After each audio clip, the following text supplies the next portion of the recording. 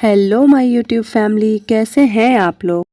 तो फ्रेंड्स, आज मैं आ गई हूँ बहुत ही प्यारी सी स्टोरी के साथ। तो ये स्टोरी सुनने से पहले आप मेरे चैनल को कर लें सब्सक्राइब और बेल आइकॉन को कर लें प्रेस, ताकि जो भी नोटिफिकेशन हो वो आपको समय से मिल जाए। तो फ्रेंड्स, बात करेंगे कहानी के बारे में। तो मैं बात करूँगी सबसे पहले उसके कैरेक्टर के बारे में, जिसमें माँ है और उनके दो छोटे छोटे बेटे हैं। पिताजी की मृत्यु हो चुकी है और फ्रेंड्स, ये सच्ची घटना पे आधारित कहानी है। तो माँ जो होती हैं, उनके पिता की मृत्यु के बाद वो मजदूरी कर अपने बच्चों का पेट पालती हैं। क्योंकि वो पढ़ी लिखी नहीं रहती हैं, इस वजह से उनको कोई अच्छी नौकरी नहीं मिलती है। तो उनके पास सिर्फ वही ऑप्शन बचता है कि वो या तो मजदूरी करें या लोगों के घर बर्तन वगैरह करके, और इन सब से वो अपने बच्चों का पेट पाल रही थी। धीरे धीरे बच्चे जब बड़े हो गए तो उसके बाद बच्चों ने ये डिसाइड किया कि अब मेरी माँ काम नहीं करेगी और हम दोनों ही भाई मिलकर के अपनी माँ के लिए अब सब कुछ करेंगे। इस तरह समय बीतने लगा और बच्चे बाहर जाके जब कमाने लगे, और कमा करके जब पहले तो बड़ा बेटा जाता है, उसके बाद बड़ा बेटा कमा के घर में सारी सुविधाएं धीरे धीरे कर देता है। उसके बाद छोटा बेटा भी नौकरी करने लगता है और इस तरीके से माँ के पास सारी सुख सुविधाएं, और दोनों बेटे और माँ तीनों प्यार से बहुत अच्छे से रहने लगती हैं। फिर माँ को लगता है कि चलो अब बेटा बड़ा हो गया है तो बड़े बेटे की अब शादी कर देते हैं, समय से चीज़ें हो जाएं तो बहुत अच्छा होता है। उसके बाद माँ ने अपने जान पहचान के लोगों से बोला कि मुझे अपने बड़े बेटे की शादी करनी है। तो उसमें किसी ने बताया कि ठीक है, ये लड़की अच्छी है और आप शादी कर दीजिए। इस तरह सारी चीज़ें जब फिक्स हो जाती हैं तो बड़े बेटे की शादी तय हो जाती है, और किसी चीज़ की कमी ना होने से बहुत ही धूमधाम के साथ उनके बड़े बेटे की शादी हो जाती है। और जो बहू आती है वो बहुत ज़्यादा अच्छी रहती है, और फिर इस तरीके से घर में 4 लोग हो जाते हैं। बड़ा बेटा शादी के कुछ दिनों के बाद अपने जहाँ पे नौकरी करता था वहाँ पे चला जाता है, लेकिन बहू को वो अपने साथ नहीं ले जाता है, क्योंकि वहाँ पे जाने के लिए उसे हर चीज़ की मतलब मैनेज करना पड़ेगा, तब तो वो लेके जाएगा। उसके बाद जो बहू होती है बड़ी वाली, वो अपनी सास के साथ रहने लगती है। लेकिन फ्रेंड्स, बड़ी बहू को भी नहीं पता था कि घर में उसके साथ कुछ चीज़ें इस तरीके से होंगी। सास जो है, बेटे के जाने के बाद उसका बर्ताव जो है वो बहू के साथ अच्छा नहीं रहता था। वो बहू को इतना सुनाती थी, मायके को लेकर के ताना मारती थी। उसको ये लगता था कि कहीं बेटे को अपनी तरफ ना कर ले, और बहू अगर बेटे की बात मानने लगा बेटा अगर बहू की बात मानने लगा तो चीज़ें बहुत ख़राब हो जाएंगी और मेरी कोई वैल्यू नहीं रहेगी। जैसा कि आप जानते हैं कि आजकल के समाज में ये चीज़ें बहुत तेज़ी से हो रही हैं। उसके बाद इस तरीके से वो अपने बेटे से बार बार शिकायत करती थी कि बेटा, जब तक तो तू था तब तक बहू बहुत अच्छी थी, जब तू चला गया तब बहू ने अपने रंग दिखाए और वो मेरे साथ बिल्कुल अच्छे से नहीं रहती है। तो बेटे को लगा कि हाँ, माँ अगर कह रही है तो कुछ ना कुछ तो सच्चाई होगी ही। और वो फ़ोन करके अपनी जो वाइफ़ है उसको बोलता था कि मेरी माँ की देखभाल करो, मेरी माँ ने लाइफ में बहुत स्ट्रगल किया है हम लोगों के लिए। लेकिन वो बेचारी भी क्या करती, वो उसने तो कोई गलती की नहीं थी। वो अपनी सफाई अपने पति को देती थी, लेकिन उसका जो पति है ना, वो सुनता नहीं था। उसको लगता था कि मेरी बीवी ही गलत है। इस तरीके से बातें दिनों दिन बहुत ज़्यादा बढ़ने लगी। उसकी माँ के टॉर्चर बढ़ने लगे और उसकी बीवी की शिकायतें बढ़ने लगी। तो बेटे ने डिसाइड किया कि मेरी माँ भी परेशान है और बीबी का मेरे ये रवैया है, तो उसने सोचा कि चलो क्यों ना मैं जहाँ नौकरी करता हूँ वहाँ पे अपनी बीबी को ले आ करके रखता हूँ, जिससे ये रहेगा कि मेरी माँ भी थोड़ा सुकून से रहेगी और मेरी बीबी भी खुश रहेगी, और दोनों के बीच लड़ाई झगड़ा भी नहीं होगा, क्योंकि मेरी बीबी को मेरी माँ के साथ रहना पसंद नहीं है। इस तरीके से वो आया और बोला कि माँ, और मैं इसे लेकर के जा रहा हूँ, ये तुझे बहुत परेशान करती है और मैं तेरे लिए नौकर रख देता हूँ, और इसको मैं लेकर के जा रहा हूँ। इसे समझ नहीं आता कि वो तेरी सेवा ही नहीं करती है। तो माँ ने कहा, हाँ ले जा इसे, ऐसी ऐसी बहू को रख के भी मैं क्या करूँगी। इस तरीके से बड़ा बेटा जो होता है वो अपनी वाइफ को लेकर के अपने पास चला जाता है। तो जो उसकी बीबी रहती है उसे बहुत सुकून मिलता है।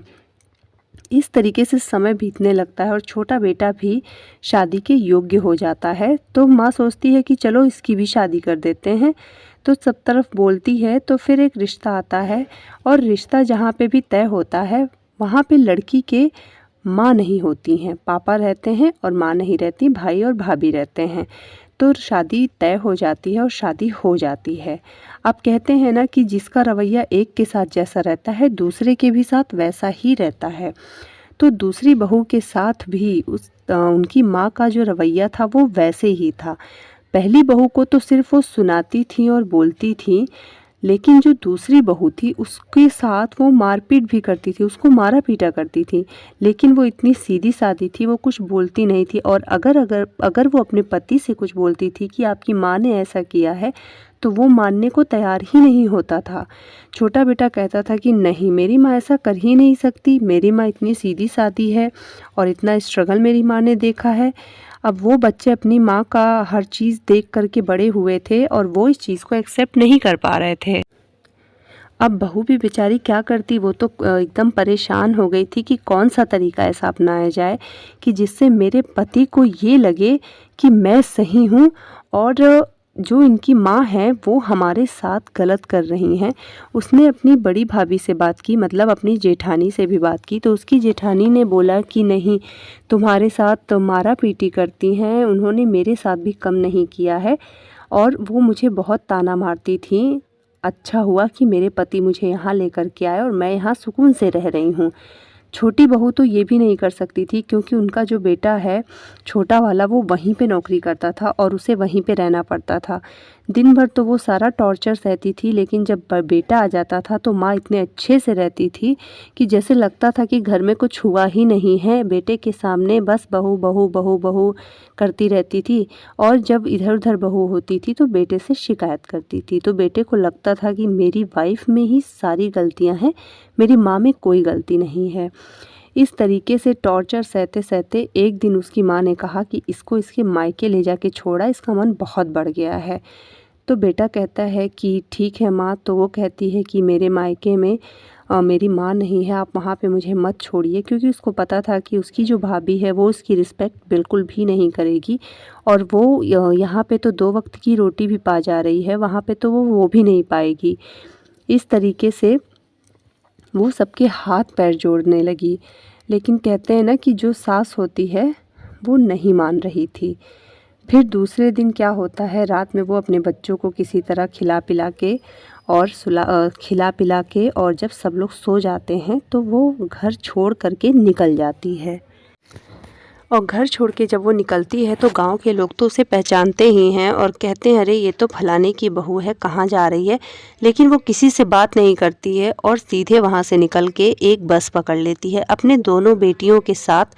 वो वहाँ पे बस से जाके उतरती है गुजरात में और वहीं पे उसके बाद उसका कुछ पता नहीं चलता है।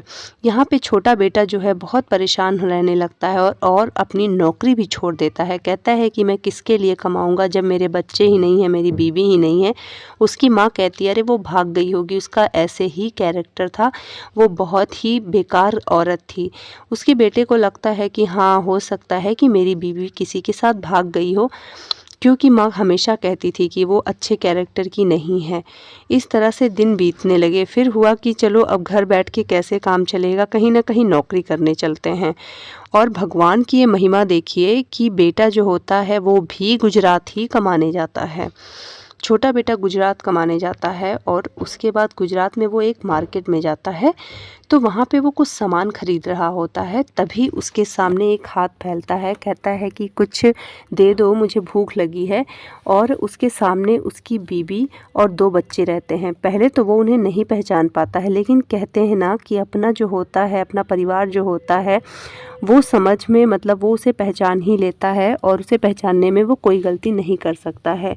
तभी उसने कहा कि अरे ममता, तुम यहाँ क्या कर रही हो। तो उसने देखा और वो बहुत रोने लगी। उसे पकड़ के वो इतना रोई। उसने बोला कि हम यहाँ भीख मांग करके गुजारा करते हैं और ओवरब्रिज के नीचे हम रहते हैं, जो दिन भर मांग के मिलता है मैं और मेरी दोनों बेटियाँ खाते हैं। उसने बोला कि आपकी माँ ने मुझे इतना टॉर्चर किया था, इतना टॉर्चर किया था कि मैं क्या करूँ, मेरे लिए ज़िंदगी मौत एक बराबर थी, इसीलिए मैं वहाँ से भाग गई। तो उसने कहा कि अच्छा चलो घर चलते हैं। उसने कहा नहीं, मेरा कोई घर नहीं है और आप क्यों पूछ रहे हैं, आप तो अपनी माँ की ही बात सुनते हैं। जब सारी चीज़ें उसके सामने आई तो उसने कहा कि नहीं, अब हम माँ के साथ नहीं रहेंगे, तुम मेरे साथ रहोगी और हम यहीं गुजरात में कमाएंगे और यहीं पे तुम मेरे पास रहोगी, तुम वहाँ नहीं रहोगी। फिर उसने अपनी माँ को फ़ोन किया और उसने सारी चीज़ें बताईं, लेकिन उसकी माँ थी वो मानने को तैयार ही नहीं थी। तभी उसकी बड़ी बहू का भी फ़ोन आया और उसने कहा कि ये मेरे साथ भी ऐसा ही करती थी।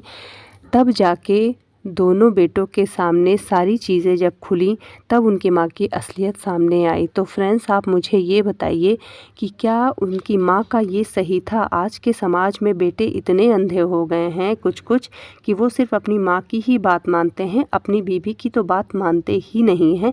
क्या ये सही होता है? तो फ्रेंड्स, अगर आपको ये कहानी सच्ची घटना पर आधारित अगर पसंद आई हो तो प्लीज़ मेरे चैनल को सब्सक्राइब कर लें और बेल आइकॉन को प्रेस कर दें ताकि जो भी नोटिफिकेशन हो वो आपको समय से मिल जाए। फ्रेंड्स, कुछ भी मिस ना हो। बाय बाय, मिलते हैं नेक्स्ट ब्लॉग में, आपसे करते हैं ढेर सारी बातें। बाय बाय दोस्तों।